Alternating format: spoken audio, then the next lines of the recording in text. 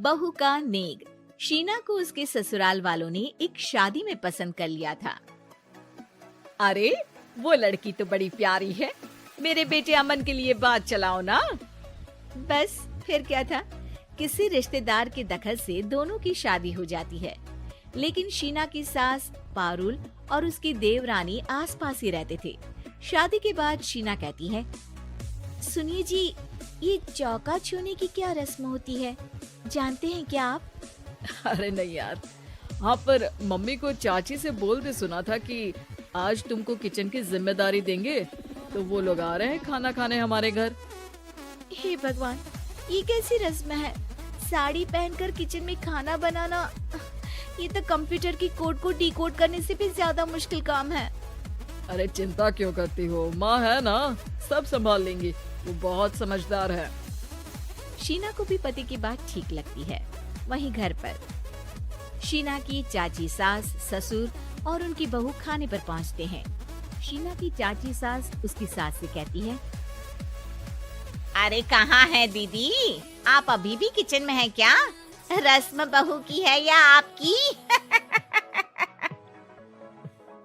चाची की बहू कहती है, और हमारी चौका छूने की रस्म थी तो हम तो सुबह 4 बजे ही किचन में पहुंच गए थे। अरे तेरी ताई ने सर पर चढ़ा रखा है बहू को। शीना सबकी बात सुने बगैर सामने आती है। अरे आज तो तेरी चौका छूने की रस्म थी ना, तुम ही देर से आई हो। वो चाची, मुझे ना साड़ी बांधने में देर हो गई। तो वक्त से उठा करो ना, पता है जब नई शादी है, रस्में होनी है, तो फिर थोड़ा कम आराम कर लोगी तो कुछ घट नहीं जाएगा। शीना की सास को बहुत बुरा लगता है कि चाची उसकी बहू से ऐसे बात कर रही है।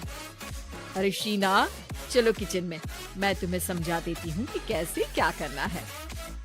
देखो, मैंने सब बनाकर यहाँ रख दिया है, तुम्हें सिर्फ हलवा बनाना है, उसकी भी पूरी तैयारी कर दी है बेटा। बस किशमिश डालकर हलवा में मिलाकर लेकर आ जाना। बस फिर क्या था, एक एक कर शीना सारा खाना टेबल पर लगा देती है। अरे बहू ने इतना सब बना दिया, वाह जी वाह। तभी शीना बोल देती है, नहीं नहीं चाची, ये सब तो माँ ने बनाया है, मैंने तो सिर्फ इसे टेबल पर लगाया है। वो साड़ी पहनकर काम करना अभी थोड़ा मुश्किल होगा ना। चाची सास तो सुनकर मानो बिफर ही जाती है। ये क्या बात हुई दीदी, मैं जब शादी कर कर आई थी तो आप बड़ी थी, पर किचन में ना आप आई और ना माँ जी।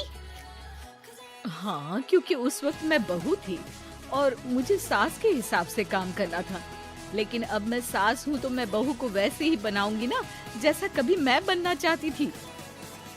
खैर, चाची सास खाना खाकर वहाँ से चली जाती है। कुछ दिनों बाद, अरे शीना, ये क्या पहन रखा है? हे भगवान, इस परिवार में क्या हो रहा है? अरे क्या हुआ छोटी, इतना क्यों चिल्ला रही हो? इसने पहना क्या है? अरे दीदी, क्यों इतनी छूट दे रही हो? शीना जो कि सलवार सूट पहने खड़ी थी, चाची के गुस्से को देखते ही अंदर चली जाती है। देख छोटी, हम दोनों को आज की बहुओं से तुलना नहीं करनी चाहिए। वो दौर अलग था, आज का वक्त अलग है। देखिए दीदी, ये तो परंपरा है, हमारी सास ने हमें दी और आगे हमें अपनी बहुओं को देना है। ये क्या लगा रखा है आपने? आप तो पूरी संस्कृति ही खराब कर रही हैं। ये बोलकर चाची सास वहाँ से चली जाती हैं। शीना की सास चाची की बात से परेशान होकर रोने लगती है। तभी उसका पति वहाँ आ जाता है। अरे क्या हुआ भाग्यवान, फिर तुम्हारी देवरानी तुमको ताने देकर चली गई है क्या? हाँ, पता नहीं मैं ठीक कर रही हूँ कि नहीं, पर मुझे तो बहू के सूट पहनने में कुछ गलत नहीं लगता। अरे लोगों की बहुएं तो न जाने क्या क्या पहनकर घूम रही हैं। मैं तो उसे भी बुरा नहीं मानती। ये क्या मेरी गलती है? अरे नहीं, बिल्कुल नहीं। अपने किए फैसले का सम्मान करो, ठीक है सब। कुछ दिन निकल जाते हैं। फिर आता है शीना का पहला करवा चौथ। अरे शीना बेटा, ये त्योहार हमारे घर में बहुत मायने रखता है। तुम शाम की पूजा के लिए अच्छे से तैयार हो जाना। और सुनो, चाची सास और उनकी बहू भी यहाँ आएंगी पूजा के लिए, तो खाना भी बनाना है, वो मैं बना लेती हूँ। तुम बस आज के दिन साड़ी पहनना बेटा। शीना समझ नहीं पाती है कि चाची सास के आने पर उसकी सास उसे साड़ी पहनने को क्यों बोलती है। नहीं नहीं माँ जी, मैं सारा खाना बना लूंगी, आप उसकी चिंता ना करिए, अब तो मैंने सब कुछ सीख लिया है। शीना की सास उसकी बात पर खुश हो जाती है। छोटी को पता न चले कि मेरी बहू घर में सूट पहनती है, तो मैंने आज साड़ी पहनने को बोल दिया। क्यों लोगों को बिना वजह बात बनाने का मौका दे। शाम को सब पूजा पाठ करके बैठे होते हैं कि चाची सास की बहू चाची सास से कहती है, माँ जी, आज के दिन तो आप लोगों के घर बहुओं को नेक दिया जाता है ना। हाँ हाँ बहू, बोलना, तुझे तेरी सास से क्या चाहिए?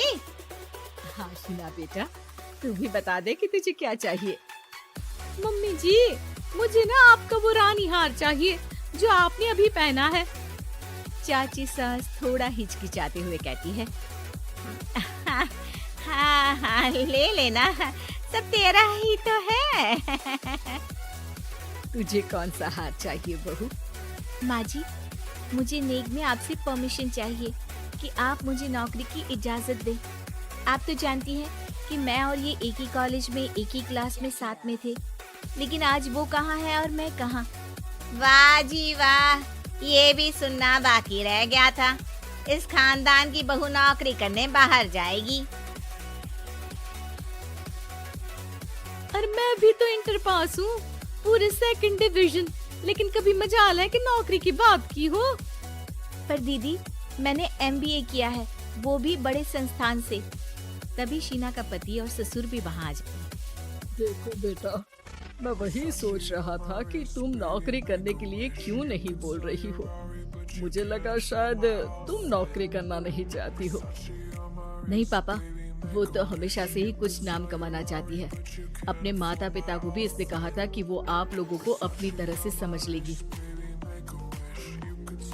सास को शांत दिखकर शीना कहती है, मम्मी जी, मैं वादा करती हूँ घर का सारा काम करके ही ऑफिस जाऊंगी। खाना पीना किसी भी चीज के लिए घर वालों को परेशानी नहीं होने दूंगी। वक्त से पहले उठूंगी और काम वाली को भी हटवा दूंगी। शीना की बात सुनकर सास हंस पड़ती है। अरे शीना, ये ज्यादा हो गया। हाँ? बिल्कुल काम करो बेटा, पढ़ी लिखी हो, नौकरी में अच्छा कर सकती हो। जरूर बेटा, दिया तुम्हें तुम्हारा नेक। हाँ, पुरानी परंपरा जरूरी नहीं कि अच्छी ही हो, कभी कभी बदलाव लाना भी जरूरी होता है, जिसे देर से ही सही लेकिन समाज अपना ही लेता है।